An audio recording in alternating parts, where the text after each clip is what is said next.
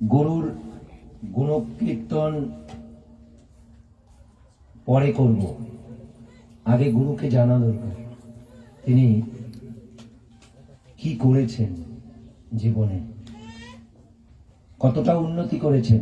এবার কতটা গুণে উন্নত এটা বুঝবো কি করে?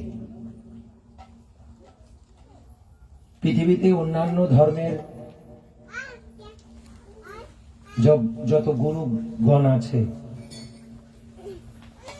সেখানে কিন্তু সেই গুরুর গুণকীর্তন শিষ্যরা করে বলে ওইটুকুনই আছে, কিন্তু আমাদের এখানে কিন্তু গুরুর শিষ্যরা কি বললো এটা বড় কথা না,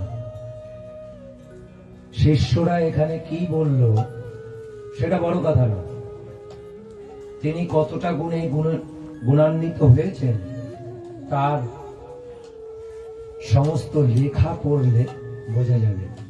একমাত্র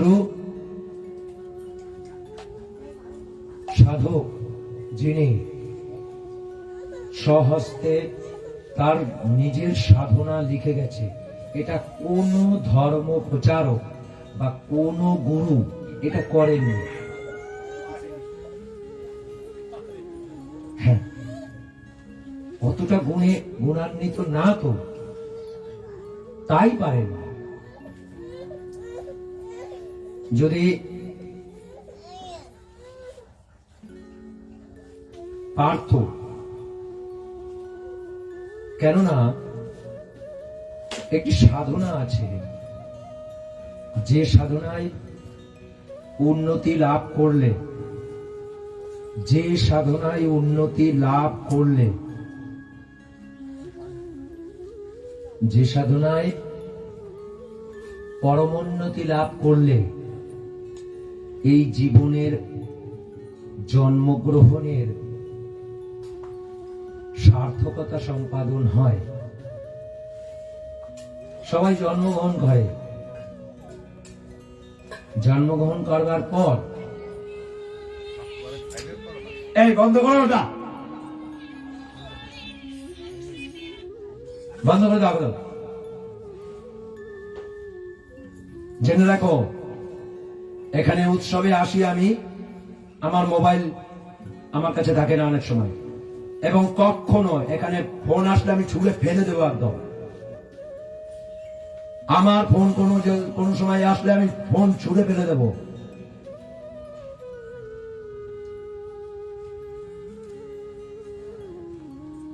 এখানে কখনো এরকম আওয়াজ যাতে না হয়। সত্যধর্মের আদেশ মিলিটারি ডিপার্টমেন্টের আদেশের ন্যায় এখানে যেই কড়াকড়ির বিষয় আছে সেটা যেন ঠিক ঠিক। এখানে আত্ম উন্নতি করবার জন্য এসছি, এখানে আনন্দ ফুর্তি, আত্ম উন্নতির যে পরম আনন্দ সেটা জন্য এসছি। এখানে আত্মতৃপ্তির জন্য এসছি। আত্মতৃপ্তির জন্য যে পরিশ্রমের প্রয়োজন,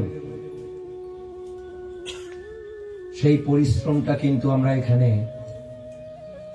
করার চেষ্টা করি। কেননা 3 ঘন্টা করে উপাসনার পরেও ক্ষণিক সময় শাস্ত্রপাঠ হয়। এখানে কিন্তু খাবার এবং আনুষঙ্গিক যে সময়টুকুনো সেটা আধা ঘন্টা, খুব বেশি হলে 1 ঘন্টা পাওয়া যায়, মাত্র 2 বার, আর বিশেষ পাওয়া যায় না। 3 ঘন্টা করে 4 বার উপাসনা হয়। 3 বার গুরু পূজা হয়। সকালবেলা গুরু পুজো, 1 থেকে 1.5 ঘন্টা গুরু পুজো এটা হয়, যেটা কোন ধর্মের ভেতরে এত পরিশ্রমের কার্য হয় না।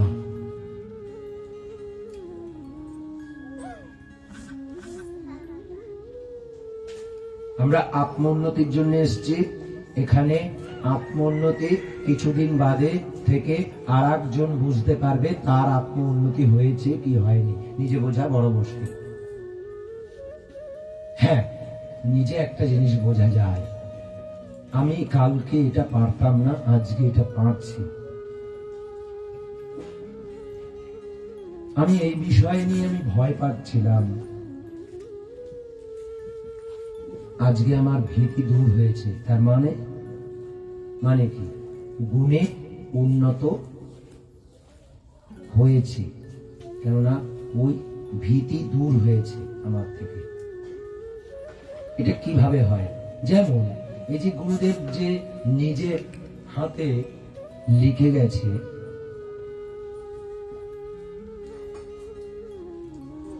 লিপিবদ্ধ করে রেখে গেছে, সেটা আমাদের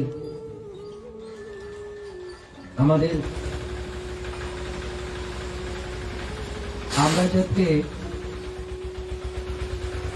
উন্নতি লাভ করতে পারি তার জন্য। অন্যান্য ধর্মে এগুলো নেই। অন্যান্য ধর্মে এগুলো নেই। শিষ্যের উন্নতির জন্য কোনো পন্থা দেওয়া নাই।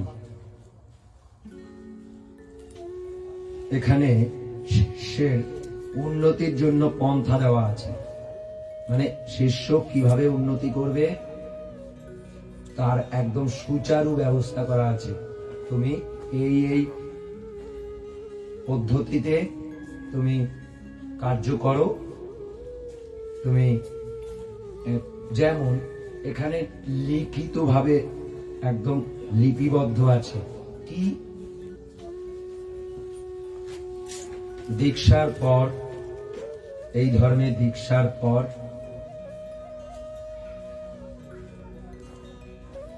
15 দিনে দেবদেবীর দর্শন সম্ভব।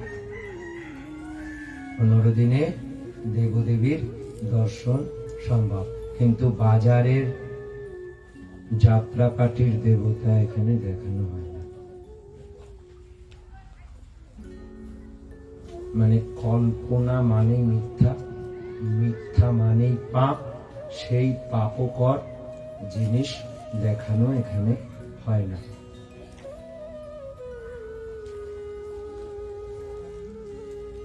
ওটা দেবতা না। বাজারে যে চারিদিকে যে দেবতার সমারোহ আছে, ওগুলো সব মিথ্যা, দেবতা ওরকম হয় না। অন্যের একটি ছবি এনে আপনাকে যদি বলি এটা আপনার ছবি, আপনি মানতে পারবেন না। তাহলে উনি সত্যনিষ্ঠা দেবতা, তিনি কি করে মানেন ওটা? এই যে বিষয়, এই সত্য মানতে হবে।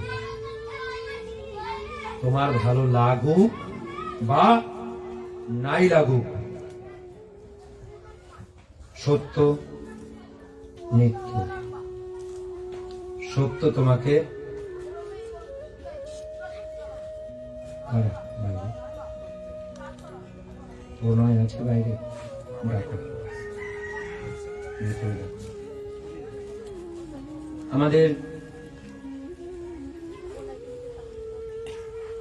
আমাদের মনে রাখতে হবে আমরা কি করতে এসেছি। আমাদের সব সময় চেতনা শক্তি খুব উর্বর রাখতে হবে, কেননা যারা ধর্মকর্ম করে না, আর যারা ধর্মকর্ম করে না, আর যারা করে, তাদের বিপদটা কোথায় জানো? যারা ধর্মকর্ম করে আর যারা ধর্মকর্ম করে না, তাদের বিপদ নেই। কেমন বিপদ নেই? কোন দিক দিয়ে বিপদ নেই সেটা বলে যাচ্ছি। যারা ধর্মকর্ম করে আর যারা ধর্মকর্ম করে না, ওই যারা করে তাদেরকে দেখে সব সময় ত্রুটি খোঁজে। কেন? তুমি তো এত উপাসনা করো, তোমার ভুল হবে কেন? আমি তো করি না, আমি তো ভালো না, তুমি তো ভালো হতে যাচ্ছ, তোমার হবে কেন? ঠিক কিনা? তার জন্য সাবধান থাকতে হয়। ও কি উপকার করছে না অপকার করছে? যে উপাসনা করে না, যে উপাসনা করে না, সে কি তোমার উপকার করছে না অপকার করছে? না, অপকার করছে না। পরমপিতা মঙ্গলময়, তিনি তোমাকে দিয়ে বলাচ্ছে, পরমপিতা তার ভেতরে রয়েছে। তুমি যাতে সচেতন হও, অচেতন হয়ে উপাসনা করো না। মূল এটাই।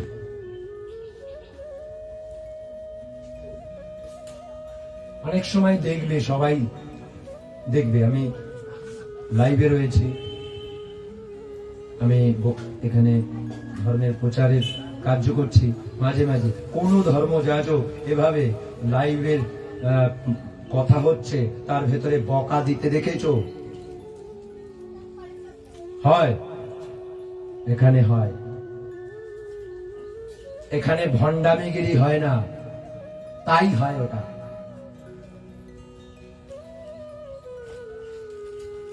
এখানে বহু মালা গলায় দিয়ে সেজে গুজে বসলাম,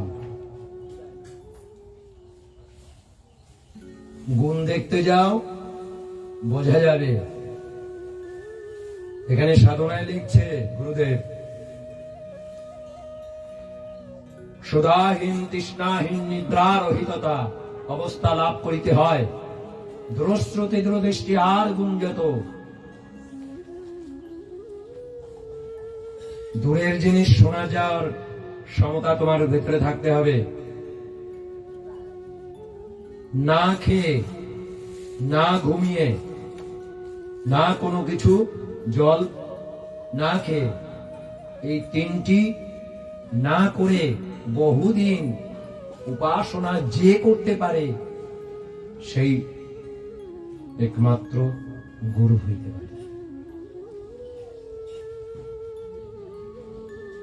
নচেত সব ভান্ডারে একদম লিপিবদ্ধ আছে। এইটুকুনো কি গুণ দেখা যায় না? দেখা যায় নাকি? দেখা যায়। সাধারণ মানুষ এইটুকুনো গুণ তো বুঝবে। নখ বাড়তে থাকে, বোঝা যায়? রোজ বাড়ে নখ, বোঝা যায়? বোঝা যায় না। বেশ বেড়ে গেল, তারপর দেখা যায় যে নখটা বেড়েছে। যখন গুণ হতে থাকে বোঝা যায় না, গুণ হয়ে গেলে হ্যাঁ তখন এইটুকুনো হয়। নিজের কিন্তু হীনতাবোধ সব সময় থাকে, আমি কিন্তু গুণী না। উপর দিয়ে কি বলছে আলাদা ব্যাপার, সেটা অহংকার বা জ্ঞানের অভাবের জন্য অনেক সময় এই সব কথাবার্তা হয়। কিন্তু নিজে তো বোঝে যে আমি কতটা গুণী, আমি কতটা গুণী না। এটা বলতে পারে যে রবীন্দ্রনাথের মতন আমি লিখতে পারি। কত লেখা লিখেছে সারা জীবনে, একজন তো পড়েও শেষ করতে পারে না সারা জীবন, উনি যা লিখেছে। তাহলে ওই গুণী কি আমি? তাহলে ওনার কাছে আমি ছোট। আসলে কি অনেকে ভাবে ওই পাহাড়টা আমি, ওই পাহাড়টা আমি, কিন্তু পাহাড়ের কাছে যদি যায় তখন বুঝতে পারবে আমি পাহাড় বলেছিলাম, আমি পাহাড়, ওই পাহাড়টা আমি। তখন বুঝতে পারবে যে ওই পাহাড়ের নিচে গেলে বুঝতে পারবে যে ওই পাহাড়ের কাছে আমি ধুলা, নুড়ি পাথরের মতো। আসলে গুণী ব্যক্তির কাছে যতক্ষণ না যাওয়া যাচ্ছে ততক্ষণ নিজের হীনতা বোধ তৈরি হয় না। আমি গুণী কি গুণী না সেটা বুঝবো কি করে? কম গুণী মানুষের কাছে থাকলে নিজের গুণ বোঝা যায় না। তাহলে বুঝতে নিজের গুণ বেশি আছে না কম আছে সেটা বুঝতে গেলে আমার থেকে উন্নত একজন গুণী ব্যক্তির প্রয়োজন। গুরুকরণ করতে গিয়ে গুরুদেব এই কথাটি লিখেছে, গুরুকরণ, গুরুকে অবলম্বন করতে হয়। ধর্মের প্রথম সোপান গুরু বরণ, গুরুকরণ। এই যে আজকে গুরু বরণ হলো, এই গুরু বরণের যে শব্দটা গুরু বরণ, এটা গুরুদেবের স্বহস্তে লিখিত। কোথায় আছে জানো? এতদিন কেউ ব্যবহার করে, সত্য ধর্মে আছে, গুরুতত্ত্বে আছে। আর আজকে গুরুকে কিভাবে প্রদর্শন করতে হয়, ঘুরে তাকে কিভাবে প্রণাম করতে হয়, কখন কোন পা আগে ধরতে হয়, প্রণাম করতে হয়, এটা লেখা আছে, লিপিবদ্ধ হয়েছে সাধনা বই। আচ্ছা, কেন জানো? তোমার মোহ দূর হবে কি করলে? মোহ,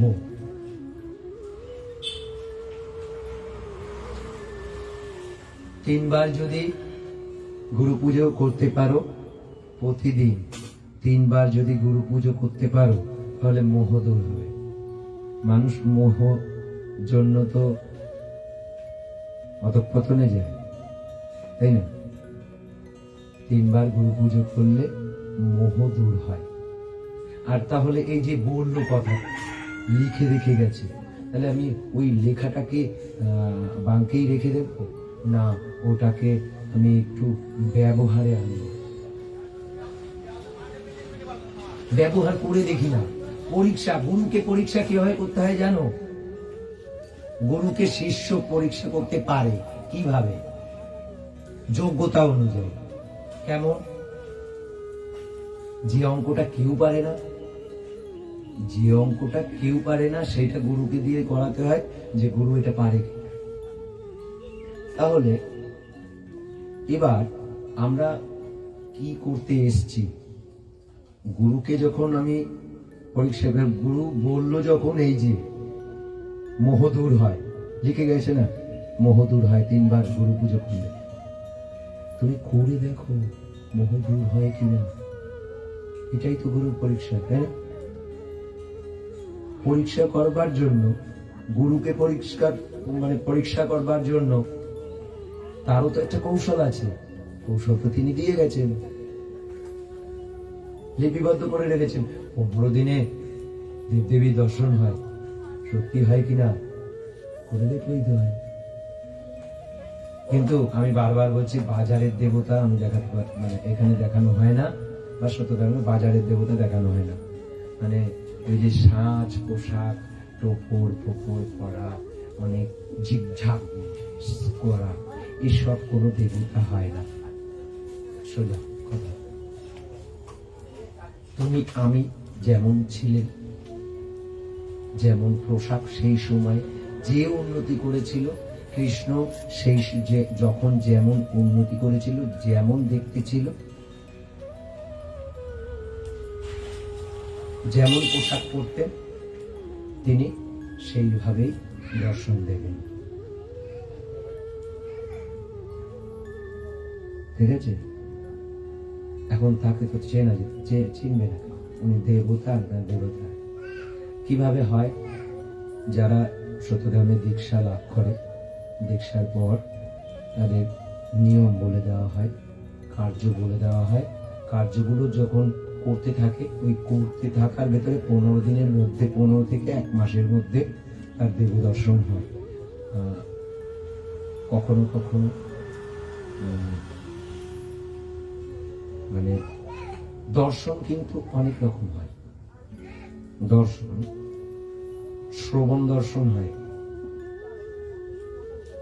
দেখা যায় না কিন্তু শোনা যায়। তোমাকে ঘুম থেকে ডেকে দিল, উপাসনায় বসো, লাফ দিয়ে উঠে পড়ে চারিদিকে দেখতে হবে কেউ তো নেই। কোথা থেকে আমি শুনলাম এটা হবে, এটাও দর্শন। আবার দেখা যায় বিশেষ করে স্বপ্নে হয়, মানে স্বপ্ন দেখার সাথে সে স্বপ্ন নিয়ে লেখা আছে স্বপ্ন কখন সত্য হয় আর পেট গরমের স্বপ্ন কখন হয়, এগুলো সমস্ত কিছু আছে। সেইগুলো একটু পড়তে হবে যে স্বপ্ন দেখার পর দিনের বেলা স্বপ্ন এবং রাত্রে বেলা স্বপ্ন, যদি স্বপ্ন দেখবার পর সঙ্গে সঙ্গে ঘুম ভেঙে যায় তাহলে ওটা বুঝতে হবে ওটা কিছুদিনের ভিতরে ঘটবে। তাহলে এই যে বিষয়গুলো এত সুন্দরভাবে লিখে গেছে সেটা কি পরীক্ষা করার ইচ্ছা হয় না? জানো আমি পরীক্ষা করেছি এগুলো।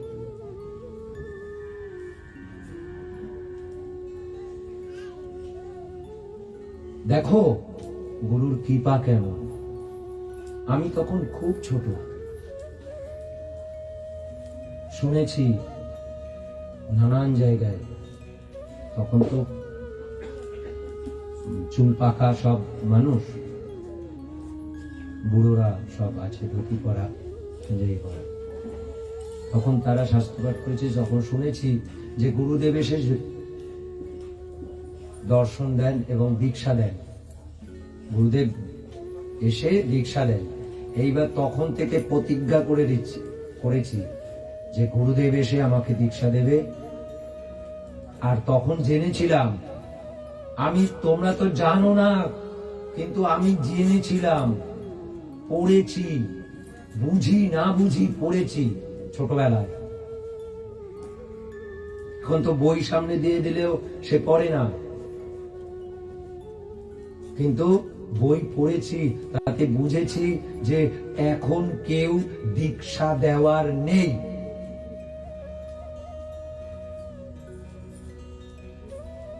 আবার বলছে গুরুদেব এসে দীক্ষা দেয়, স্বপ্নেও দেয়, ধ্যানেও দেয়। তাহলে আমার জিদ হলো, এটা গুরুর কৃপা বলছি, জিদ হলো আমার, যাতে আমার যদি দীক্ষা হয়, আর দীক্ষা তো দেওয়ার মতন কেউ নেই, তাহলে এটাই একমাত্র পন্থা, এছাড়া কোনো পন্থা আছে? দীক্ষা তো দেওয়ার নেই, আর চারিদিকে তখন যেটা দিত সেটা দীক্ষা না।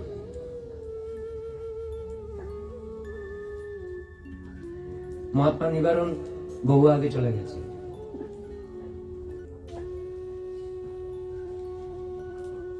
এবার 71-এর পরে আমার জন্ম, তাহলে কি করে সম্ভব? সম্ভব? সম্ভব। এবার এই করতে করতে করতে করতে জীবন চলছে, উপাসনা করি আর ঘুমে পড়ে যায়, উপাসনা করি আর ঘুমে পড়ে যায়, মানে স্কুলে গেলে, স্কুলে গেলেই ঘুম পায়, রাত্রে উপাসনা করেছি কেউ না দেখে, জানে না, বাড়ির কেউ জানে না আমি উপাসনা করছি।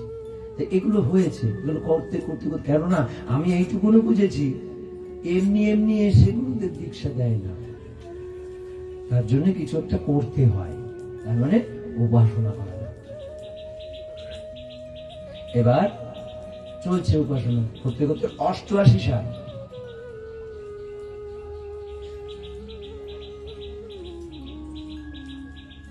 মা আর বাবা বলছে চল দেখি এক জায়গায় যে হয় কিনা দেখি, তো দীক্ষা যদি হয়, নিয়ে যাচ্ছে। আমার তো প্রতিজ্ঞাবদ্ধ রয়েছি, আমি বলছে দীক্ষা ঠিকঠাক, দেখি যদি গুরুদেব আসে, তাহলে যদি দীক্ষা হয়, একজনের আত্মাকর্ষণ হয়, চল। কিন্তু আমার পছন্দ, ঠিক আছে? হুবাহু যা আছে তাই বলছে। তারপর নিয়ে গেলাম। প্রভাস সেনগুপ্ত, ওনার ভেতরে আত্মাকর্ষণ হতো। এটা মহাত্মা নিবারণ থাকাকালীনও ওনার আত্মাকর্ষণ হয়েছে, উনি দেখেছেন, ঠিক আছে?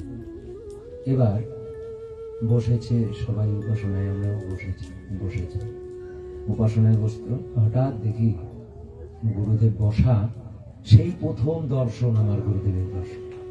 আমি ধ্যানে বসে রয়েছি, মানে গান মানে কোনো কিছু করতাম, পিছনে করতাম তো, কিন্তু কিছু করছি না, সেসব উপাসনা চলছে। এটা উপাসনার ভেতরে হচ্ছে। উপাসনায় দেখি গুরুদেবের দর্শন হলো। গুরুদেব গাছের নিচে বসে রয়েছে, একটা বট গাছের নিচে গুরুদেব বসে রয়েছে। কিছুক্ষণ বাদে দেখি আমি একদম সামনে।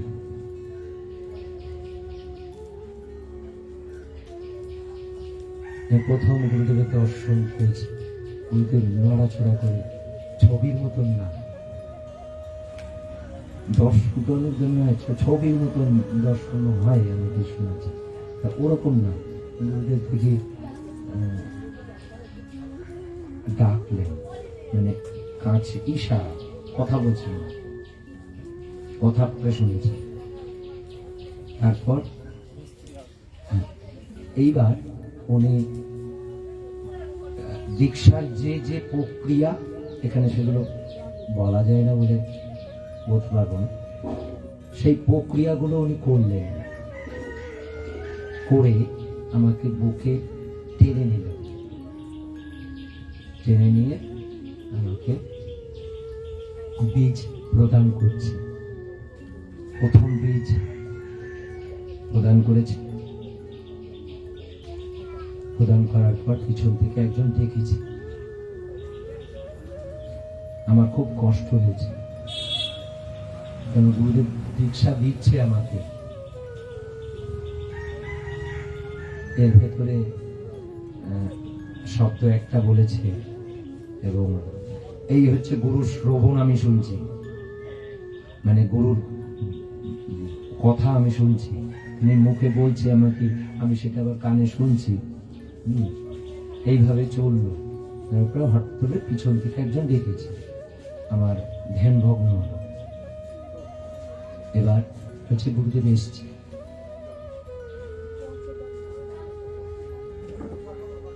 আত্মাকর্ষণে গুরুদেব এসছে।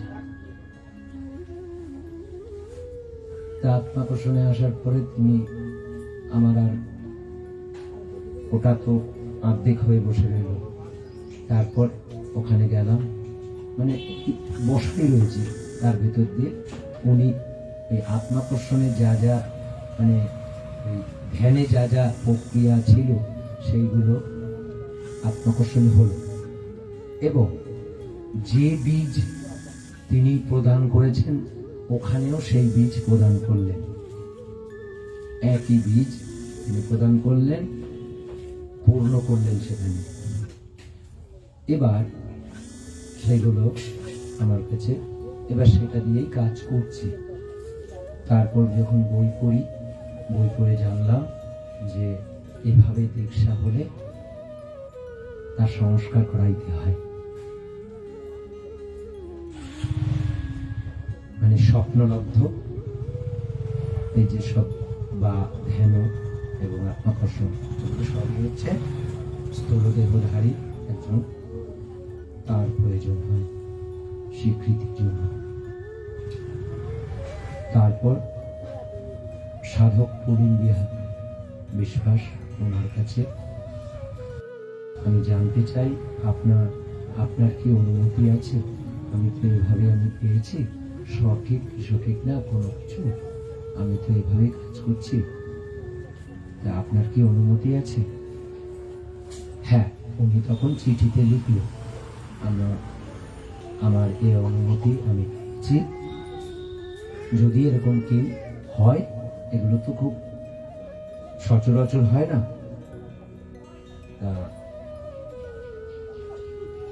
তাহলে যেন এটা আমি স্বীকৃতি দিয়ে যেতে পারি। তারপরে ওনার কাছে, ওনার জীবনে এটা প্রথম, তারপরে আমি ওনার কাছে গিয়ে আমি একটা সংস্কার করলাম। আমার কিছু সংস্কারের বলতে, সংস্কার অনেকে সাধারণ মানুষ সংস্কার বোঝে ভুল থাকলে ঠিক করা, ভুল থাকলে ওটাকে ঠিক করা, বা কোনো কিছু আগে পরে থাকগুলো। আমার ওখানে কোনো কিছু মানে কোনো কিছু পরিবর্তন হয়নি। তা তখন বুঝতাম না যে সংস্কারটা কি। এখন বুঝি, আমার সংস্কার এখন আমাকে করতে হয়। আমি বুঝি যে সংস্কারটা ব্যাপারটা কি। সে সংস্কারের ব্যাপার হচ্ছে যুক্ত করে দেওয়া, যুক্ত থাকে না।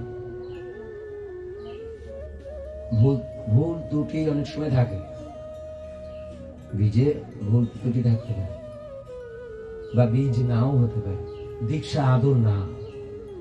যেমন তোমার যেটা হয়েছে সেটা দীক্ষাই।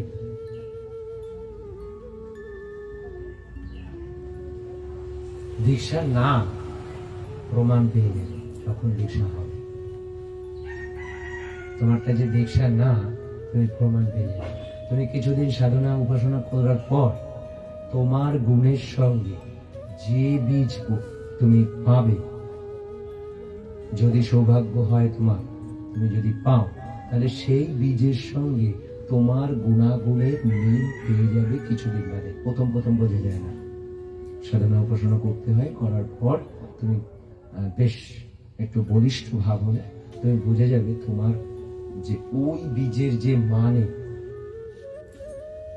সেই মানের সঙ্গে তোমার ওতপ্রোত ভাবে তুমি মিল আছে। এবার ওই বীজের যে শক্তি, সেটা কিভাবে বুঝবে? নিয়মিত উপাসনা সাধনা করলে তুমি ওই বীজের শক্তি কিছুদিন বাদে, সময় লাগে। এটা কিন্তু বীজ থেকে একটা বট গাছ বড় হতে, গোড়া মোটা হতে, এটা বহু বৎসর সময় লাগে, জানো? মানে এক দুদিনের গাছের বিষয় না। সাধারণ জীবন হচ্ছে বট গাছের মতো। সেই জন্য বলছি, এক দুদিনে উপাসনা করে অনেকে ভাবে আমি কিছুই পেলাম না। বোঝা বড় মুশকিল। গুণ বুঝতে গেলে, আমি এটা আগে করতাম না, এখন করি, তাহলে কিসের জন্য করি? নিশ্চয়ই আমার এই গুণটা ছিল না, আমার এই গুণটা হয়েছে এখন। এইটুকুনো বোধগম্য থাকে না। আজ মুক্তি, এই যে গরু পুজো হলো, এখানে কিছুদিন আগে পর্যন্ত আমাদের এখানে 3টে ছবি নিয়েই গরু পুজো হতো। সেটা বন্ধ হয়ে গেছে। কেন? গুরুকে সর্বোপরি রাখিতে হয়। আমরা কি কি পুজো করলাম আজকে? গুরু পুজো। আর কোনো কার পুজো গুরুদেব করতে বলেছে? গুরু পুজো ভিন্ন। আর কোনো পুজো করা যায়? করা যায় না। আসলে তুমি চারিদিকে যারা একটু নেট ফিট ঘাটে দেখতে পাবে যে ছবি ভরতে ভরতে গুরুদেবের ছবি দেখা যাচ্ছে না, জানো? দেখেছো? দেখেছো? হ্যাঁ, তুমি দেখেছো, জানো? গুরুদেবের ছবি খুঁজে পাওয়া যাচ্ছে, জানো? জানো? তুমি দেখেছো? তুমি দেখেছো? দেখেছো না? ভাবো, এত ছবি, আর বলো তো পাপিষ্ঠ একজন মানুষ, সে মারা গেছে, তার ছবি গুরুদেবের পাশে রাখা যায়? রাখা যায় কি?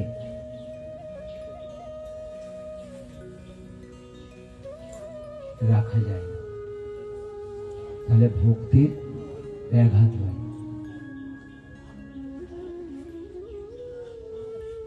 এখন গুরুকে সর্বোপরি রাখিতে হয়, এই কথাটা জানো?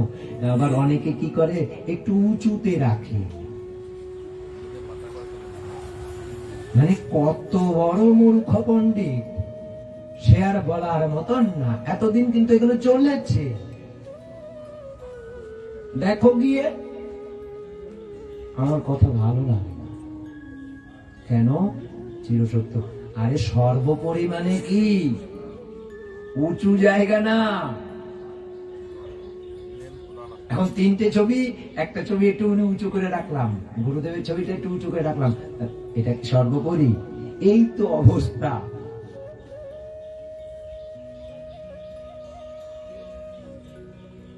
সর্বোপরি মানে তুমি কাউকে না, পুজো কেউ পাবে না, তিনি একমাত্র পাবেন। কেননা তিনি তোমাকে পরম পিতার কাছে পৌঁছে দেবে, আর কেউ নেই তোমার। তুমি উপাসনা করো ঠিক ঠিক ভাবে, তুমি দেখতে পাবে তোমার পাশে অনেক জন, চোখ খুলে দেখবে কেউ নেই, কিন্তু তুমি দেখছো, যেই উপাসনায় চোখ বন্ধ করছো, তুমি দেখছো যে ভরে গেছে অনেকজন। আবার এরকম হয়, তোমার পাশেই একজন রয়েছে, সে কিন্তু দেখছে দুজন, আবার আরেকজন দেখছে বেশ 10 জনের মতো। 10 জনকে কেউকেই চিনি না, কিন্তু একজনকে চিনি। সেখানে হয়তো যে সম্মুখে আছে সে হয়তো রয়েছে, কিন্তু আর সব চেনা নেই। তাহলে তারা কারা? গুরুদেব একবার নৌকায় যাচ্ছে, তখন কয়েকজন শিষ্য রয়েছে, তখন জিজ্ঞাসা করছে গুরুদেব যে গুরুদেব, তখনও তারা উন্নত হয়নি তেমন কিছু। তখন বলছে যে পারলৌকিক মহাত্মাদের দেখতে চাই। যারা দেখতে চাই বলেছিল তারা কিন্তু একত্র পেয়েছে, ভেবে বুঝো না। যারা দেখতে চেয়েছিল, খোঁজ নাও নৌকায় বসে, যারা দেখতে চেয়েছিল তার ভেতরে মহাত্মা নিবারণ একজন। তখন বলছে আচ্ছা চোখ বন্ধ করো। কিছুক্ষণ বাদে একজন দেখছে, তুমি কি দেখছো? তখন বলছে যে দেখলাম একজন বালাপোষ গায়ে দেওয়া। মনে করছে?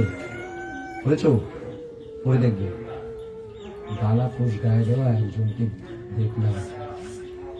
বলে ও আচ্ছা, তুমি একজনকে দেখলে? আর তুমি কয়জনকে দেখেছো? বলে আমি মানে কয়জন বললো, একটু বেশি বলেছিল। তখন এখানে কতজন এসছে, এখন কতজন যদি এসেও থাকে, তুমি কম দেখছো ও বেশি দেখছে, এরকম জিনিসগুলো হবে কেন?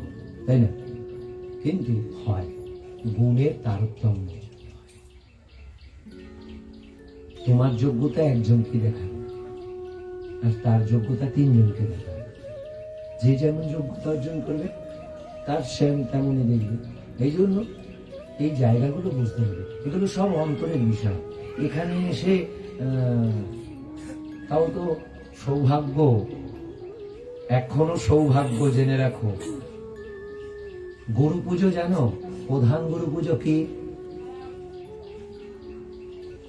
প্রধান গুরু পুজো জানো? বলতে পারবে? বলে দিচ্ছি, সূক্ষ্ম গুরু পুজোই হচ্ছে সর্বপ্রধান, স্থূল উপাচার বিনা। বুঝেছ? এখনো স্থূল উপাচার দিয়েছি। কোন সময় থেকে স্থূল উপাচার ব্যবহার করা যায় না জানো কি?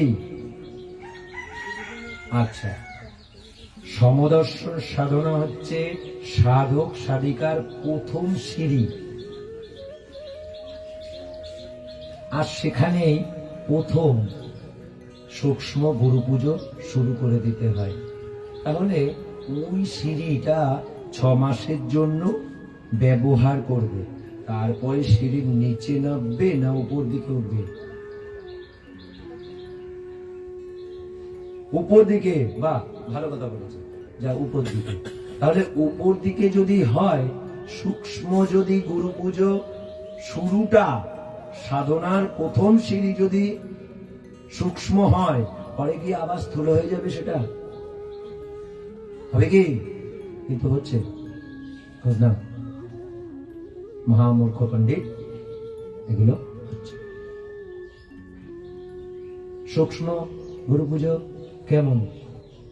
প্রতিদিন সকালে যেটা এখানে হয় সেটা সূক্ষ্ম গুরু পুজো। গুরুদেবের ছবিটা পর্যন্ত থাকে না। গুরুদেবের ছবি নেই, তোমাকে গুরুদেবকে মনে করতে হচ্ছে। বুঝেছো? তোমাকে শক্তি প্রয়োগ করতে হচ্ছে। হচ্ছে কি হচ্ছে না বলো? আর অনায়াসে কি জানো? গুরুদেবের ছবিটি রয়েছে, তুমি অনায়াসে একটু দেখে নিলে, তাই না? তোমার পরিশ্রম করতে হলো না। কিন্তু তুমি যখন গুরুদেবের ছবিটি মনোমন্দিরে আনবার চেষ্টা করবে, তোমার পরিশ্রম তো একটু করতেই হবে, তাই না? চেষ্টা করবে আনার জন্য। যখন এসে যাবে, ঠিক আছে। এখন কথাটা হচ্ছে কি, আমরা বুঝবো কি? 2-4 দিন উপাসনা করিলে কিছু হয় না, কিন্তু বারবার বলছি, 2-4 দিন উপাসনা করে কিছুই লব্ধ করা যায় না। উপাসনায় যদি যতক্ষণ না প্রাণ জল হচ্ছে, এই যে তোমরা উৎসবে আসো, ঠিক আছে, এই উৎসবে আসার পর প্রতিটি উপাসনা যখন একটি পরের থেকে তারপরে আরেকটি উপাসনা, তারপর থেকে আরেকটি উপাসনা, এটা যখন তুমি দেখছো, ছোটবেলা থেকে আমি এভাবে উপাসনা পাইনি। তোমরা অনেক সৌভাগ্য তোমাদের, তোমরা এইরকম সুযোগ লাভ করেছ, একসঙ্গে এত উপাসনা করার সুযোগ লাভ করেছ। এই সুযোগ কিন্তু আমি পাইনি। আমি ছুটে গেছি, শুনেছি পালপাড়ায় উৎসব হবে, কার বাড়ি জানি না, উনি পুলিশে চাকরি করেন। এবার পালপাড়ায় পুলিশের সংখ্যা বেশি, ভাই নাম জানি না, মানে কেমন পাগল, উপাসনায় ছুটে গেছে। যেখানে শুনেছি সারা রাত উপাসনা করে, সেখানে তাদের কাছে চলে গেছি, আমার কোনো ভেদাভেদ নেই। হ্যাঁ, খণ্ড হয়েছে, খণ্ড হয়ে তারা ওরকম করছে, আমি ছুটে চলে গেছি, সারা রাত উপাসনা করে, ঠিক আছে আমি যাবো, এভাবে করেছি। যেখানে হয়েছে ছুটে চলে গেছি, তারপর অনেক খুঁজে খুঁজে বের করেছি। দেখতে একটা বাড়িতে মানে এপারে খুঁজেছি, পালপাড়ার এপারে ঘুরেছি, অনেক পুলিশ আছে বাড়ি, বলে নাম যদি না বলতে পারে, কোথায় ডিউটি করে সেটাও বলতে পারি না। এইগুলো তারপরে এপারে খোঁজার পরে 2-4টে বাড়ি খোঁজার পরে আবার এপারে এসছি। এবারে এসে কাউকে জিজ্ঞাসা করতে খুব বিরক্তি লাগছে, খুঁজে বেড়াচ্ছি। খুঁজতে খুঁজতে হঠাৎ দেখি একটা বাড়িতে অনেকগুলো লোক, কিন্তু কাউকে চিনি না। যা হবে হবে, ঢুকে যাবে। ঢুকে গিয়ে কেউ কিছু বলছে না, তবে ঘরে গিয়ে দেখি কি ভোলা বাবুকে দেখি,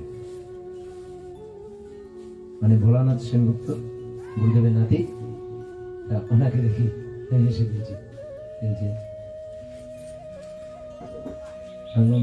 আমি জানি না, নাম ফাম জানি না, আমার অনেক খুঁজতে হয়েছে। যাই হোক, পাগল হতে হয়, গুরু কৃপা করে। তোমার যদি ইচ্ছা শক্তি প্রবল হয়, তোমাকে কিন্তু ইচ্ছা শক্তি যদি প্রবল হয় না, তোমাকে গন্তব্যস্থলে নিয়ে পৌঁছাবেই। এই জন্য সংকল্পে রূঢ় হইয়া কাজ করিবে, আমার হইবেই হইবে। এটা সমদর্শনের প্রথম কথা। আমার এই সাধনায় সিদ্ধি হইবেই হইবে,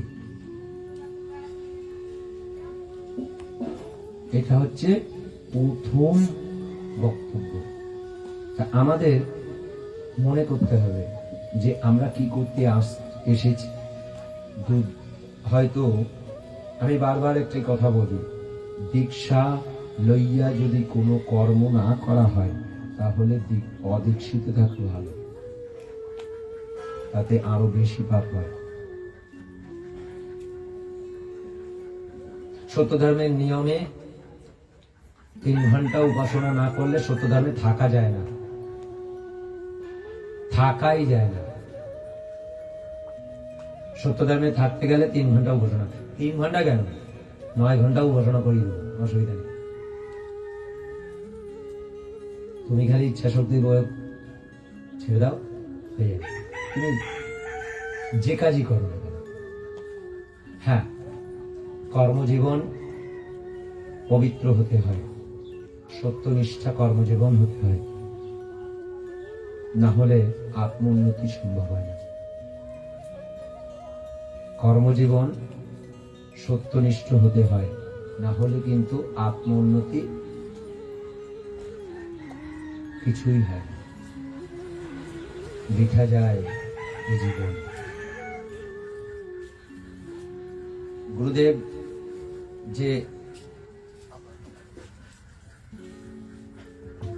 আমাদের যে রত্নগুলো দিয়ে গেছে, সেই রত্নগুলো যদি আমরা নিজেদের ব্যবহারে যদি না আনতে পারি, এত কষ্ট করে তিনি লিপিবদ্ধ করে রেখে গেছে, সেগুলো যদি আমরা ব্যবহারে না আনতে পারি তাহলে গুরুর মহিমা কিচ্ছু বুঝতে পারবো না। এবং গুরুকে চিরদিন অসম্মানী হয়ে থাকতে হবে সমাজের কাছে। কেননা গুরুর পরিচিতি শিষ্যের উপরে নির্ভর করে। শিষ্য যদি উন্নতি না করতে পারে তাহলে গুরুর কোনো মূল্য থাকে না। কি ঠিক কিনা? শিষ্য যদি উন্নতি লাভ করে তাহলেই গুরুর সম্মান রক্ষিত হয়, রক্ষা থাকে, তাই না? তাহলে আমাদের উচিত গুরুর সম্মান রক্ষা করে রাখা। গুরু যা যা যেভাবে বলেছে সেভাবে যদি আমি শুনতে পারি তাহলে কষ্ট তো করতেই হয়। সারাদিন সারা মাস পরিশ্রম করবার পর 2 পয়সা পাওয়া যায় মাস গেলে, তাই না? সেই পয়সাটা দিয়ে বাজার করে এনে রান্না করে খেতে হয়। তাহলে এতগুলো কষ্ট করতে হয় তো। তাহলে এতগুলো কষ্ট যদি পার্থিব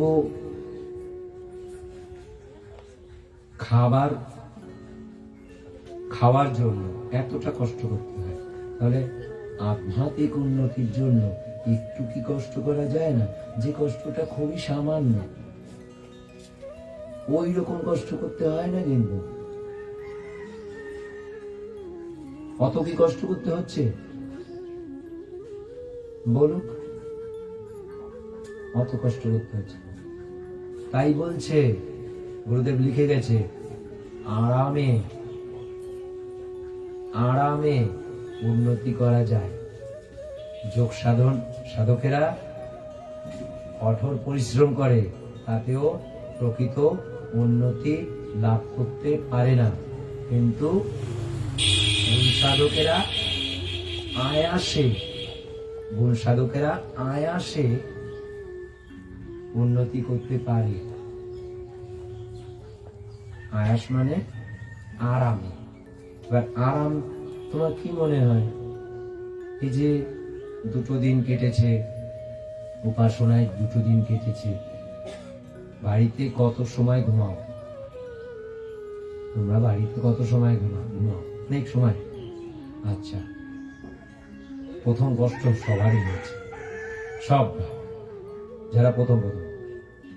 আর এখানে যারা নিয়মিত আসা যাওয়া করে, এই লোভের জন্য আসে সবাই। এটা কখন পেতে পারি? বছর যে কিভাবে কেটে যায় কল্পনা করা যায়। 100 দিনের কাজ হয়েছে, 100 দিন 4টে করে উপাসনা অনেকেই করেছে।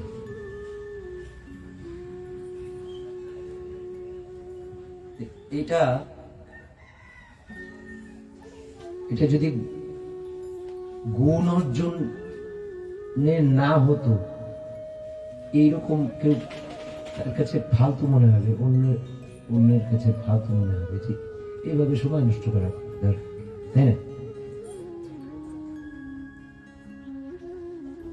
4টে যদি উপাসনা বাড়িতে বসে সংসার জীবন যাপন করবার পর 4টে করে উপাসনা করে, কথা কাটাকাটি সময় আছে? স্বামী স্ত্রী দুজনের কথা কাটাকাটি সময় আছে? সময় কিচ্ছু পাওয়া যায় না। এই যে 100টা দিন যে এক নাগারে যে কাজ হয়েছে, প্রতিটা বাড়িতে মানে যা একটু একটু মনোমালিন্য যা যেটুকুনো হয়, ওই 100 দিনের মধ্যে তেমন কিছু হয়নি, কারণ সময় পাইনি। সবার একটা তারা রয়েছে, আমাকে উপাসনায় বসতে হবে। আর আমার কাছ থেকে শিখছে রান্না কখন করব, তা আমি বলে দিচ্ছি কখন কি রান্না করবে। তারা তো বহু বছর ধরে রান্না করে আসছে, এবার আমি শেখাচ্ছি রান্না কখন করবে, কিভাবে রান্না করবে, রান্না করে সেটা কিভাবে কখন খাবে, কোন সময় রান্নাটা করলে তোমার সময় নষ্ট হবে না, ওর ভিতর দিয়ে মানে সময়টা খুব কম। তো 4 বার মুখের কথা তোমরা এখানে, তো তোমরা 4 বার উপাসনায় বসছো, রান্না তো আরেকজন করছে, তাই না? কিন্তু সংসারে কিন্তু রান্না তোমাকেও করতে হচ্ছে, তোমাকেও বাবা উপাসনায় বসতে হচ্ছে, ওটা কিন্তু আরো বেশি কঠিন। উৎসবে সোজা হচ্ছে, তা ওখানে কিন্তু কঠিন, কিন্তু কঠিনটা সোজা হয়ে গেছে। এখন কেউ বলতে পারে না আমার মানে সবার মুখটা একদম ড্রাগন প্লাস্টারের মতো আটকে দিয়েছে। কেউ বলতে পারে না, অজুহাত দিতে পারে না যে সময় হয়নি উপাসনায় বসতে। আজকে এটা আর অজুহাত যারা যারা ওই 100 দিনের কাজ করেছে না, কেউ সাহস নেই যে বলতে পারে যে আমি আজকে 6 ঘন্টা উপাসনা, মানে অজুহাত এরকম দেওয়ার মতন জায়গা নেই। হ্যাঁ, ওই 6 ঘন্টার ভিতরে হয়তো দেখা গেল 2 ঘন্টা ঘুমিয়েছে, হ্যাঁ মানে ঝিমটি কেটেছে, এগুলো হয়। তা কেননা এগুলো কিন্তু হয়েছে, হয়নি এরকম না। সচেতন করেছি তাদেরকে প্রতি মুহূর্তে, এগুলো থাকবে, তার ভিতর দিয়ে কাজ করতে হবে। আমরা এসছি আত্মোন্নতির জন্য, আত্মোন্নতির কথাই বলবো এখানে। গুরুর সম্মান কিসের, গুরুকে ভক্তি কিভাবে করা যায়, গুরুর কৃপা আমরা পেতে পারি, প্রতি মুহূর্তে গুরুর কৃপা পেতে পারি। সেটা কিন্তু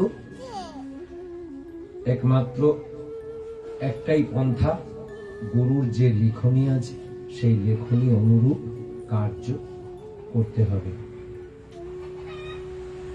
আর আমাদের মনে রাখতে হবে আমরা কি করছি, কার কথা ঠিক ঠিক পালন করছি, কি করছি না, সেটা যদি আমরা নিজেদের চেতনা শক্তি বৃদ্ধি করতে পারি, তাহলে আমাদের কিন্তু এটা সোজা হয়ে যাবে বিষয়টা। দেখো, শরীরের সবার কষ্ট আছে, ঠিক আছে? না ঘুমালে কষ্ট হয়, হয় না? কষ্ট হয় তো না ঘুমালে, প্রচন্ড কষ্ট হয়।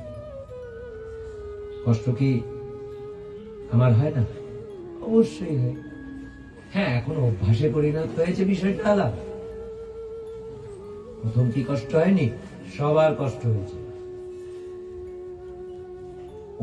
প্রথম যে অভ্যাসটা করতে হয় তখন প্রচন্ড কষ্ট হয়। যখন সেটা অভ্যাসে পরিণত হয়ে যায়, নিত্য নৈমিত্তিক ব্যাপার হয়ে যায়, তখন আর সেটা কষ্ট আর থাকে না। এখন যদি কাউকে বলি তুমি 3 ঘন্টা উপাসনা করো, তাদের অবস্থা খুব খারাপ হয়ে যায়, যে উপাসনা করে না। আর যে প্রতিদিন 6 ঘন্টা 9 ঘন্টা উপাসনা করেছে, এখন তাকে যদি বলি তুমি 3 ঘন্টা উপাসনা, হ্যাঁ ওটা হয়ে যায়, ওটা কোনো বিষয় না। তার কাছে কিন্তু ওটা অনায়াসে হয়ে যায়। 3 ঘন্টা ওটা কোনো ব্যাপার না। ওটা আবার যদি আমি একটুখানি সুযোগ দিয়ে দিই, বলি যে তুমি যদি একটু ভাগাভাগি করে করো, ব্যাস, তাহলে তো সোনায় সোহাগা।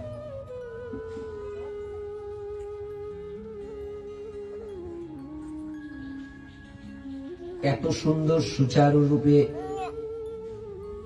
ব্যবস্থা করে দিয়ে গেছে গুরুদেব, যে আত্ম উন্নতির অন্যান্য কোন ধর্মের কিন্তু আত্ম উন্নতির পদ্ধতি দেওয়া নেই। নমস্কার করলে ধর্ম হয়। কল্পিত একটি ছবি রেখে নমস্কার করলাম, সকালে নকুলদালা দি একটু ঘন্টা বাজালাম, ওখানে বললাম প্রার্থনাটা হয় আমার ছেলের অসুখ হয়েছে যেন ঠিক হয়ে যায়। হ্যাঁ, তাহলে সামনে শর্ত, সেখানে কাকে কে শর্ত দিচ্ছে? ওনার দায় পড়েছে, ওই দেবতার দায় পড়েছে, মানে কি বলবো, উনি মনে হয় দায় নিয়ে ওই বাড়িতে ঢুকেছে। কেন জানো? মিথ্যাতে মিথ্যাই ঢুক, ওই দায়টাও মিথ্যা। ওই দেবতা কিন্তু সত্যনিষ্ঠ। এবার ওই দেবতা, হ্যাঁ একজন আছে, তিনি যারা হঠাৎ করে ডেকে ফেলেছে সূক্ষ্মভাবে, কোনো কারণে তিনি কৃপা করেন, অহেতুক কৃপা করেন। কোনো কারণে যদি কোনো দেবতাকে তুমি ওই মূর্তির বাইরের বাজারের মূর্তি, বাজার শব্দ ব্যবহার করছে, শুনতে খারাপ লাগে না? বাজারের মূর্তি বাদ দিয়ে তুমি যদি ওই দেবতার নাম ধরে ডাকো, তাহলে তার কৃপা তুমি তাড়াতাড়ি হয়ে যাবে।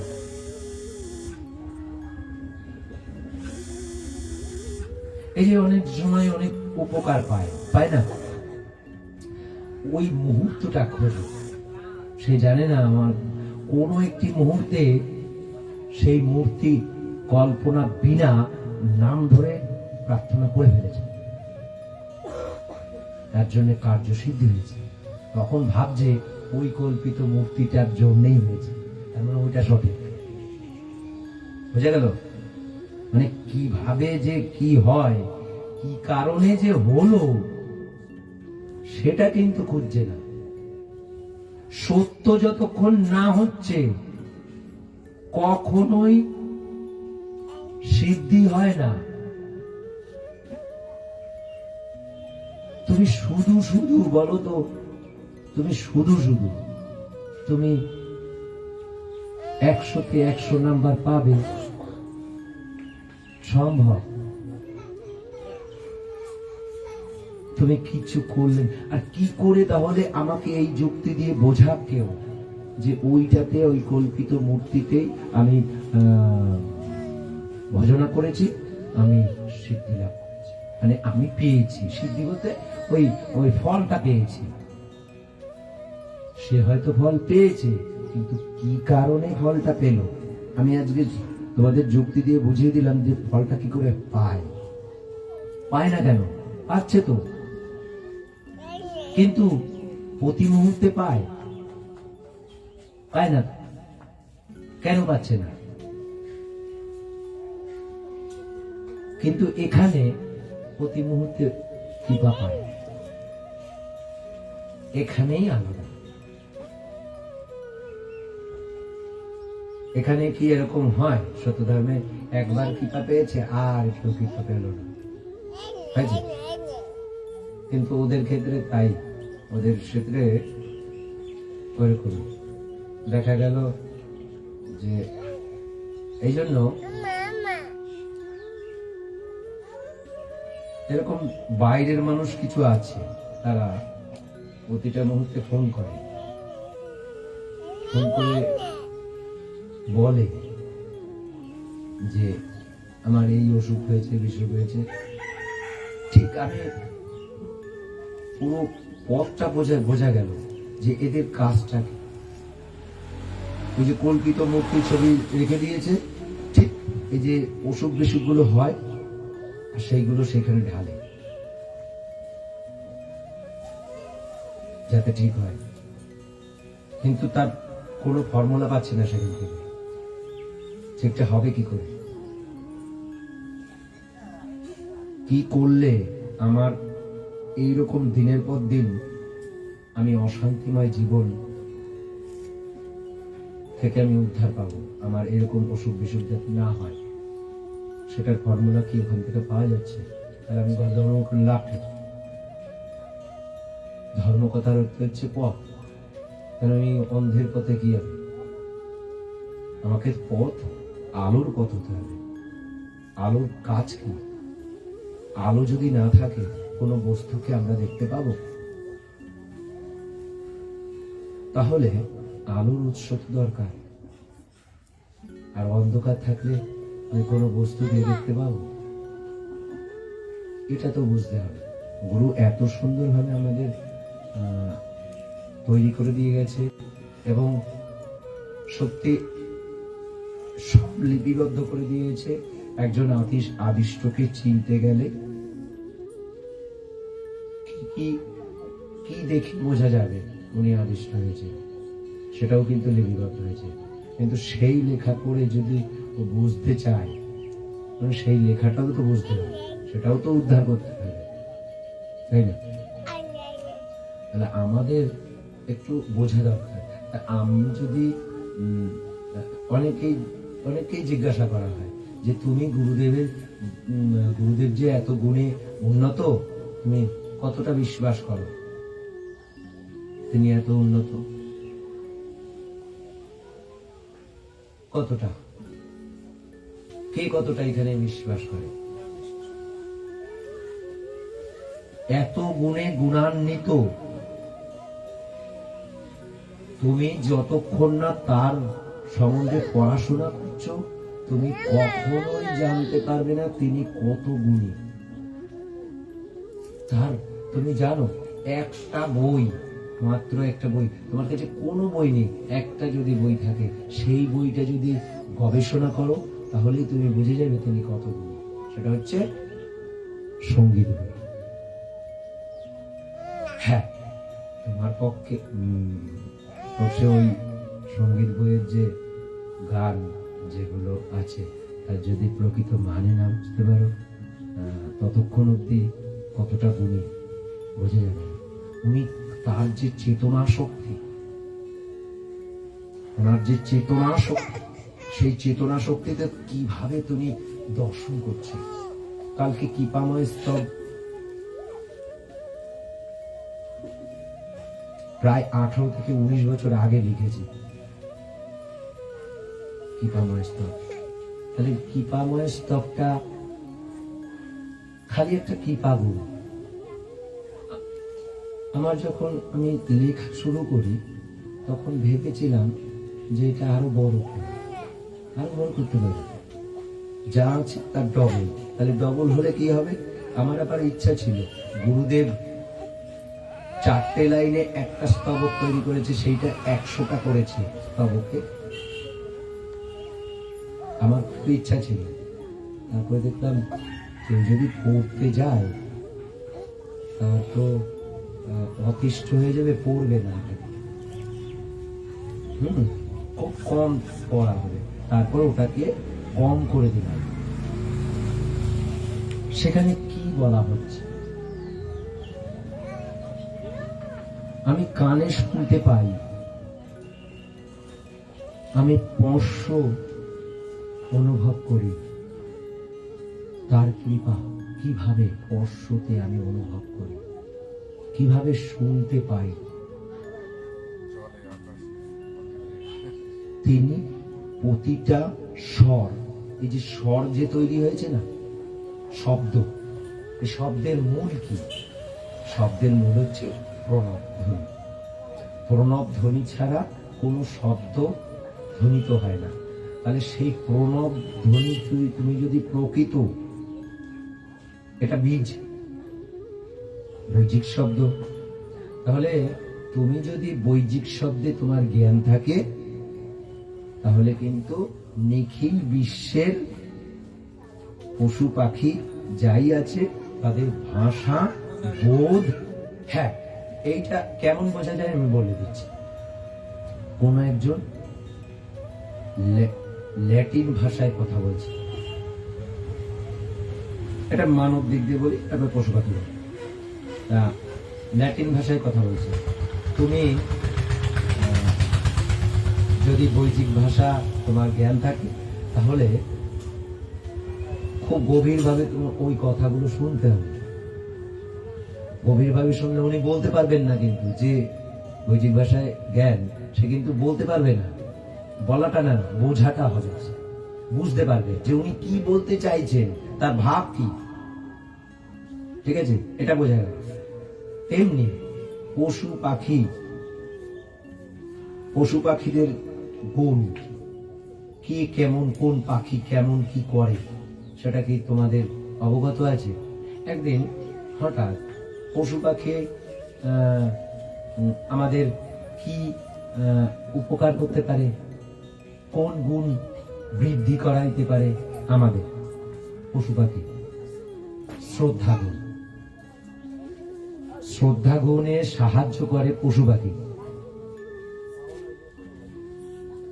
শ্রদ্ধা গুণের সাধনা করতে গেলে গ্রাম্য পশুকে পশুর সেবা করতে হয়, তাহলে শ্রদ্ধা গুণ বাড়ে। এই শ্রদ্ধা গুণ নিয়ে একটি আমি সোশ্যাল মিডিয়াতে আমি দেখেছিলাম, কিভাবে একটা বিড়াল, ছোট্ট বিড়াল, বাচ্চাটা খেলছে, আর ছোট্ট বিড়াল সে পাশে ঘোরাঘুরি করছে, আর কুমির চলে এসছে। কুমির চলে এসে বাচ্চাটাকে ধরতে যাচ্ছে, আর ওই বিড়াল বাঁচাচ্ছে। বিড়াল এমন তেজ করে, আর ওটা সিসি ক্যামেরায় তোলা উঠে গেছে, এমন ভাবে তেজ নিয়ে গেছে, কুমির মুখ বন্ধ হয়ে ধীরে ধীরে পিছন দিকে নেমে গেল। কি মূর্তি ধারণ করেছে, সেই মূর্তিটা মানে অবাক করা। বিড়াল কোনটুকু ওকে বাঁচানোর জন্য, আর বাঁচালো। কুমির ভয় পেয়ে গেছে ওই বিড়ালের তেজের কাছে। এটা কিসের জন্য হয়েছে? শ্রদ্ধা গুণের জন্য হয়েছে। ওর ভেতরে শ্রদ্ধা গুণ আছে। ওরা কখনো, ওরা যে কাজগুলো করে না, তুমি কল্পনা করতে পারবে না। একটা গরু পুষলে এবং একটা কুকুর পুষলে, তাদের কাছ থেকে যে তুমি কি শিখতে পারো যা তোমার ভেতরে নেই। তুমি একটা কুকুরকে যদি বেশ 4-5 দিন ধরে যদি খেতে দাও না, তুমি এবার বাঁশ দিয়ে পেটাও, তোমার কাছে কখনো, তোমার কাছে আবার আসবে বাঁশ দিয়ে পেটানোর পরে, বাঁশ দিয়ে পেটানোর পরে তারপরে আবার আসবে তোমার ভালোবাসা নেওয়ার জন্য। এবার কখনো ওই বাঁশ দিয়ে যে পিটিয়েছে, ও কখনো মনে করে না তোমাকে পিটিয়েছে। এটা তোমাকে কি বাড়াচ্ছে? শ্রদ্ধা বাড়াচ্ছে। ও শেখাচ্ছে শ্রদ্ধা কাকে বলে। দেখ, একদিন কি হয়েছে, আমি বললাম যে দেখবে একটা পাখি কিভাবে আমাকে শ্রদ্ধা গুণ, আমাকে ঘৃণা শূন্য করে। যে কিভাবে যে তোমরা একটা কাপড় মেলে দিলে, তোমার কাপড় মেলে দিলে, তো ওখানে পায়খানা করে দিয়ে চলে যাচ্ছে, তোমার কষ্ট হবে? কষ্ট হবে না? ওটা নোংরা হয়ে গেল না? তুমি যদি গুণী হও না, তাহলে কি দেখবে জানো? ও তোমাকে ঘৃণা শূন্য করছে, ও তোমাকে ঘৃণা শূন্য হতে সাহায্য করেছে। তুমি ওটাকে বেশি গুরুত্ব দিও না। তুমি যদি ওই পোশাকটাই পরো, তোমার ঘৃণা শূন্য হবে, কিচ্ছু করার নেই। তাহলে তোমাকে উপকার করলো না অপকার করলো? তুমি প্রতিদিন উঠে গিয়ে খাবারের সময় প্রতিদিন গিয়ে একটা হয়তো 2-3 দিন দেখলে পাখিটাকে দেবে, একদম পুরো তুমি যখন খাবে তখনই ওই পাখিকে দেখতে পাবে। এদের জীবন কাহিনী, এদের জীবন চলা, এগুলো প্রত্যক্ষ যদি করো তাহলে গুণ তোমার বাড়বে ছাড়া কমবে না। শ্রদ্ধার ভিতরে প্রেম আছে, শ্রদ্ধার গুণের ভিতরে প্রেম আছে। তুমি জানো কাকের যে জোড়া থাকে, একটি জোড়া যদি একজন মারা যায়, দ্বিতীয় আর জোড়া নেয় না, আর একজনের সাথে কখনো সম্পর্ক রাখো, একাই জীবনযাপন করে। তাহলে মানুষ আর পশুর ভিতরে কে ভালো? শালিককে দেখেছো জোড়া ছেড়ে যায়? কখনো না। আর শালিক যদি একটা শালিক যদি মারা যায়, তাহলে আর একটা মারা যাবে, থাকতে পারে না। আর একটি যদি কাক মারা যায়, তাহলে ওই এরিয়াতে যতজন আছে সবাই আসে শোক পালন করার। তোমরা দেখেছো এগুলো? শোক পালনের জন্য আসে, ওর জন্য। তোমরা বলো মানুষের জন্য অন্য মানুষ প্রার্থনা, ওরা তো সবাই মিলে প্রার্থনা করছে, আমরা কজন করি? বাবা মা বললে কদিন? তুমি জানো না সারা দিন ওরা শোক সেবা করে? দেখেছো কিনা জানি না, আমি দেখেছি। খুব সময় লাগে ওখান থেকে সরে যেতে। আর যদি একটা মারা যায় কোনো কারণে, এবার সেখান থেকে যেতেই চায় না। হাতিকে দেখবে,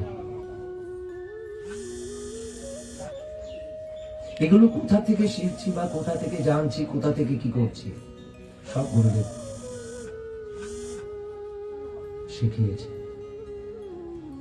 তুমি যদি গুণী হওয়ার চেষ্টা করো তাহলে গুণী হতে পারবে, নচেত কিছুই হবে না। হ্যাঁ হ্যাঁ হ্যাঁ হ্যাঁ,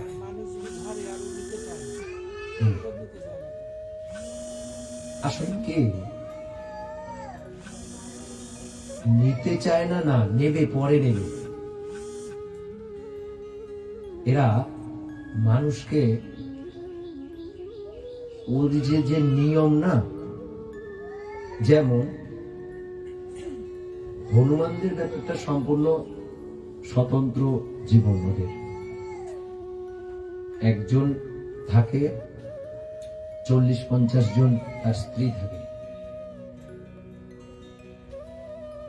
এবার 40-50 জনকে সুখী রাখে একটি পুরুষ। এটা ওদের ভেতরে।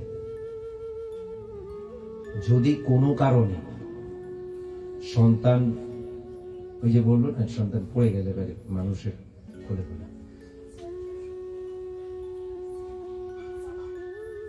ওদের ভেতরে কতগুলো কাজ করে। সবার একটা নিজস্ব চেতনা শক্তি আছে, পশু পাখি। হ্যাঁ, কেননা ও জানে এটা আমার অপর হয়ে গেছে, কেননা মানুষকে ওরা ঘৃণা করে। আবার যেখানে খাদ্য খাবার পাওয়া যায় সেখানে ওদের চলন বেশি হয়। মন্দির ফন্দির এইসব জায়গায় ওদেরকে দেখা যায়, কিন্তু ভক্ত ভক্ত বিষয় নেই। ওগুলো খাবারের জন্য সমস্যা, এটা এই সত্যটাকে মানতে হবে। কিন্তু ওদের যে নিয়ম, সেই নিয়মটাকে আমাদের শেখাতে দরকার, তাহলে শ্রদ্ধা গুণ বাড়বে। আসলে শেখাবে কে? গুরু যদি না থাকে, আমি একটা গ্রাম্য পশু থেকে যে শ্রদ্ধা গুণটা শিখবো, সেটা কিভাবে শিখবো? এর জন্য তো গুরু দরকার, তাই না? না হলে তো অন্ধের মতন ওই ওকে পোষ মানাবো, পোষ করলাম, তারপরে আর কিছুই বুঝলাম না। আমার শ্রদ্ধা গুণ হয়েছে, কি করবে? শ্রদ্ধা গুণ বাড়বে। কি কি করলে তোমার শ্রদ্ধা গুণটা বাড়বে, সেইটা যখন তোমাকে কৌশলটা বলে দিচ্ছে, তুমি সেইটা শিখে যাবে। তারপরে অনায়াসে তুমি কি সারা জীবন ওই গরুটাকে পুষতে থাকবে? না, সারা জীবন ওইগুলো করতে থাকবে না। শ্রদ্ধা গুণ করবার জন্য যেটুকু দরকার সেইটুকু করলেই হবে, যথেষ্ট।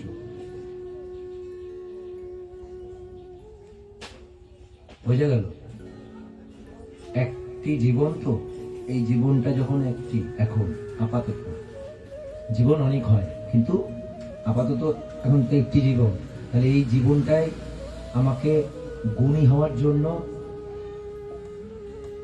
যখন আমি এত সুন্দর ফর্মুলা পেয়ে গেছি, আসলে কি মানে সবাই না লোভ মোহ এগুলোর জন্য এই কষ্টটা ইচ্ছে করে না, ভালো লাগে না। আর আমার বক্তব্য হচ্ছে, কেউ যদি মনে করে যে যাই হোক, যাই তো দেখি না কি করে। আমি এহেন কথা বলেছি যে তোমরা আসো, এসে বিরোধ করো, সামনে বিরোধ করো, কিন্তু করো। আমার বক্তব্য হচ্ছে, বিরোধ করতে করতেও তোমার উপাসনা সে করিয়ে ফেলছে, সেটা কি তুমি টের পাচ্ছ?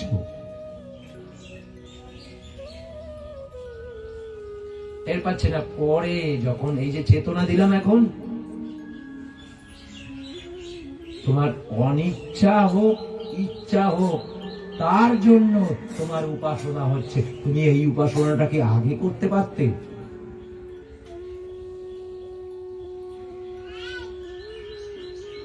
আসলে এইখানেই মজা। আমি তাকে ভালোবাসি বা নাই বাসি, তিনি আমাকে ভালোবাসেন। পরমপিতাকে আমি ডাকি বা নাই ডাকি,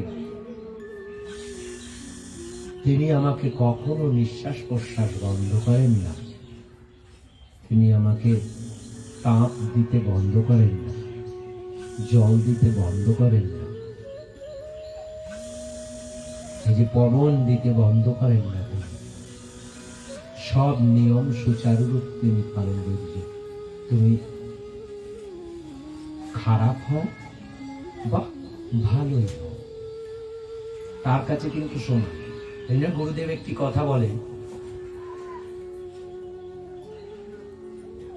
আমি সবাইকে সমান ভালোবাসি, আমি সবাইকে সমান ভালোবাসি। গুরুদেবের কথা। আমার প্রিয় যে বেশি উপাসনা করে। কেমন না কথাটা? কেমন? এই একটু আগে বললো আমি সবাইকে সমান ভালোবাসি।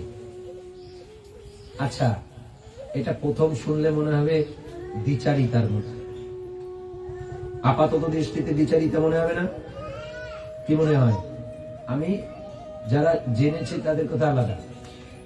আসলে কি তিনি সমান ভালোবাসেন, শিষ্যের উপরে নির্ভর করছে গুরুর প্রিয় কতটা হচ্ছে, সেই হচ্ছে প্রিয়। আমার প্রিয়, তার মানে শিষ্যের প্রিয় গুরু হয়ে উঠছে। তাহলে যে বেশি উপাসনা করে সে আত্মোন্নতি হচ্ছে তার, এবার সে তত কাছে যাচ্ছে, গুরুর কাছে হয়ে যাচ্ছে, তাই না? তাহলে কাছে হয়ে গেলেই সে প্রিয় হয়ে যাচ্ছে। এইটুকু সামান্য যে বিষয়গুলো থাকে এগুলো বুঝে ফেলতে পারলেই হয়, তাহলে আত্মোন্নতিটা খুব সোজা হয়ে যায়, কষ্ট হয় না। কিন্তু কেউ যদি মনে করে যে এগুলো কি কষ্টদায়ক, এর থেকে বেশ ভালোই তো ছিলাম, তো ভালো থাকো, ভালো থাকার পরে পরে কিন্তু বলবে না যে আমার এই অসুবিধাটা হয়েছে। গুরুদেব বলেছে মুখ্য ঠিক রাখতে পারলে গৌণ সুচারুরূপে চলে। তাহলে গৌণ যদি সুচারুরূপে চলে, তাহলে গৌণকে মুখ্য করলে কোনোদিন কে, দেখো তো, এই মানব, মানবকে ডাকো না, প্রসাদকে ডাকো, এই মেশিন সারাতে। হ্যাঁ হ্যাঁ, এই মেশিন সারাতে এসছে।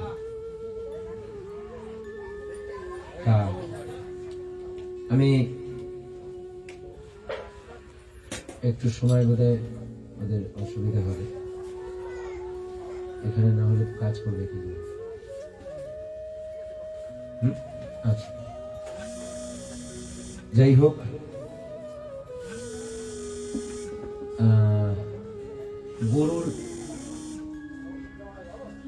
গুরুর গুণাগুণ যদি এটা একটু লাগবে ফোনটা, আচ্ছা। কন্টিনিউ ফোন করে যাচ্ছে।